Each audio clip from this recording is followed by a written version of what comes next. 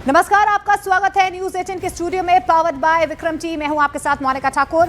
Iran को लेकर Trump से मिलेंगे इजरायल के प्रधानमंत्री। ईरान को लेकर ट्रंप से बात करेंगे नेतन्याहू। जी हां, ईरान पर प्रतिबंध लगाने पर यहां पर बातचीत की जा सकती है। आपको बता दें कि ईरान और अमेरिका के बीच मस्कट में बातचीत हुई है पहले दौर की, और उसके बाद अब इजरायल की तरफ से आपको बता दें नेतन्याहू ईरान को लेकर ट्रंप से बातचीत कर सकते हैं। ईरान पर जिस तरीके के प्रतिबंध लगाए गए हैं उसको लेकर नेतन्याहू की तरफ से बात रखी जा सकती है।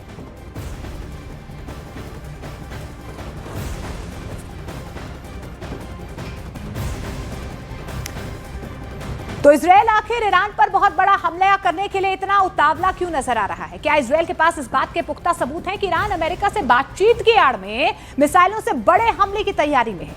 इजरायल की खुफिया एजेंसीज की एक रिपोर्ट ने इस वक्त अमेरिका और ईरान की डील को लेकर ऐसी ही रिपोर्ट दी है जिसने प्रधानमंत्री नेतन्याहू के होश उड़ा दिए हैं।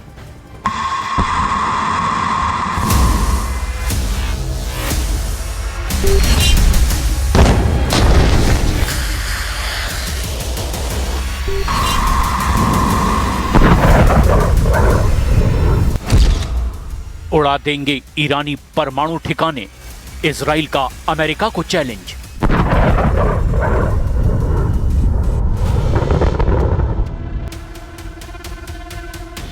दुनिया समझ रही थी कि ईरान पर अमेरिका सबसे पहले हमला करेगा, लेकिन जब से ओमान की राजधानी मस्कट में ईरान और अमेरिका के बीच वार्ता शुरू हुई है, पूरे इजराइल में खलबली मच गई है।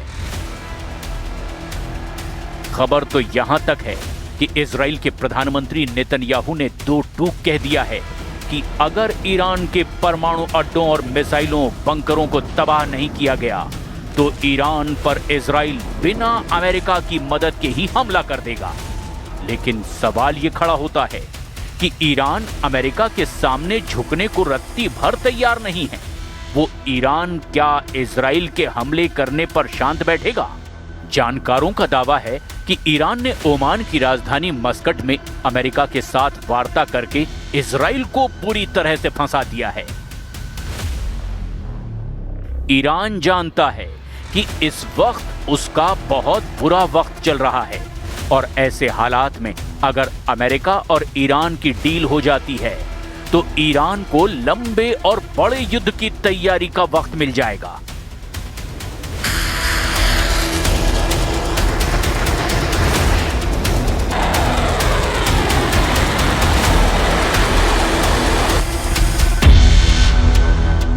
वहीं इजराइल का मानना है कि ईरान में हुए हिंसक प्रदर्शन के बाद से ही ईरान बेहद कमजोर है, और इसी अफरा तफरी के बीच अगर ईरान के परमाणु अड्डों पर हमला हो जाता है तो ईरान की परमाणु और मिसाइल क्षमता पूरी तरह से तबाह हो जाएंगी। इसी को लेकर अब इजराइल के पीएम नेतन्याहू ने अमेरिका पर भड़कते हुए साफ कह दिया है कि इजराइल ईरान पर कभी भी हमला कर सकता है।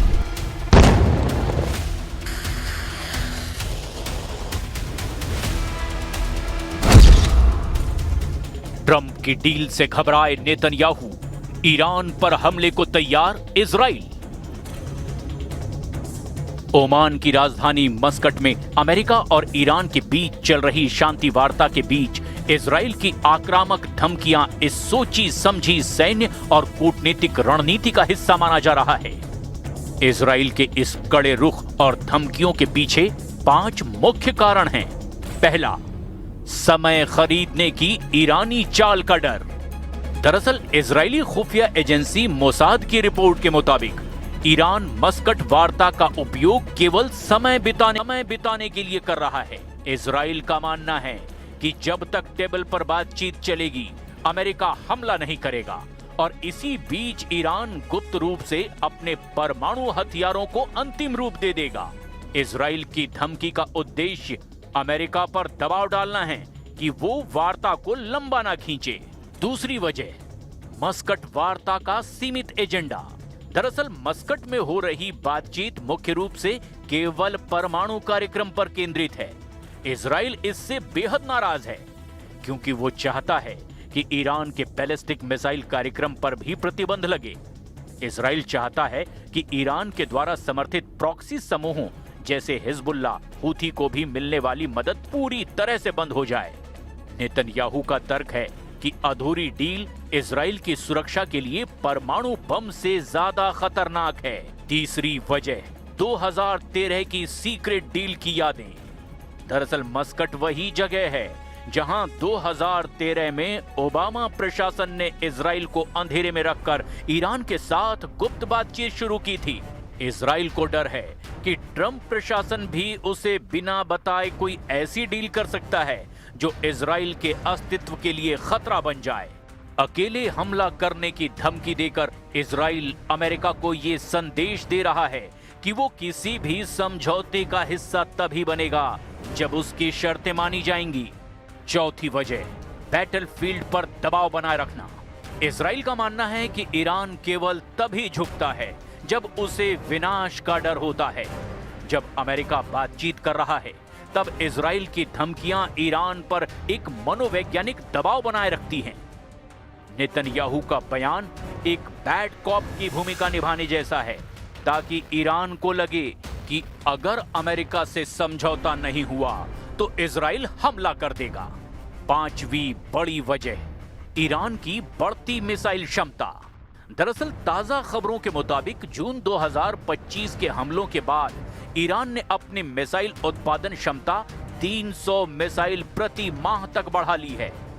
इजराइल जानता है कि अगर अभी ईरान के इस ढांचे को तबाह नहीं किया गया तो भविष्य में उसका एयर डिफेंस सिस्टम जैसे आयरन डोम और एरो इतनी बड़ी संख्या में मिसाइलों को रोक नहीं पाएगा।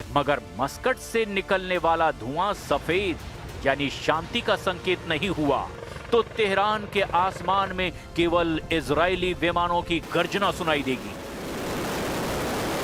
भले ही मस्कट में अमेरिका और ईरान के बीच वार्ता हुई हो, लेकिन अमेरिका का युद्धपोत अब्राहम लिंकन अरब सागर में तैनात हो चुका है। अमेरिकी मीडिया के दावों के मुताबिक ईरान पर किसी भी वक्त इस युद्धपोत से हमला हो सकता है। जो रिपोर्ट सामने आ रही हैं, उसके मुताबिक अमेरिका और इजराइल सबसे पहले ईरान के परमाणु ठिकानों को तबाह करना चाहते हैं। लेकिन दिक्कत यह है कि ईरान ने इस बार अपनी इतनी जबरदस्त परमाणु तैयारी की है कि अमेरिका और इजराइल के होश उड़ गए हैं। सैटेलाइट से आई तस्वीरों ने साबित कर दिया कि ईरान अपने परमाणु ठिकानों पर कुछ ऐसा गुप्त कर रहा है जो अमेरिका और इजराइल के लिए काल बन सकता है। ईरान के परमाणु संयंत्र की जो सैटेलाइट तस्वीरें ली गई है, उससे साबित हो रहा है कि इजरायली और अमेरिकी हमलों की चपेट में आए दो ईरानी परमाणु स्थलों पर अब इस वक्त जबरदस्त काम चल रहा है। प्लैनेट लैब्स बीबीसी की तस्वीरें दिखाती है कि नतांज और इस्फान परमाणु ठिकानों पर नष्ट इमारतों के ऊपर छतें बनाई गई है। ऐसा लगता है ये छतें इसीलिए बनाई जा रही है ताकि यहां जमीन पर जो काम हो रहा है उसकी कोई सैटेलाइट तस्वीरें ना ली जा सके। ईरान ने अंतर्राष्ट्रीय परमाणु ऊर्जा एजेंसी यानी IAEA के निरीक्षकों को साइटों का दौरा करने की अनुमति नहीं दी है।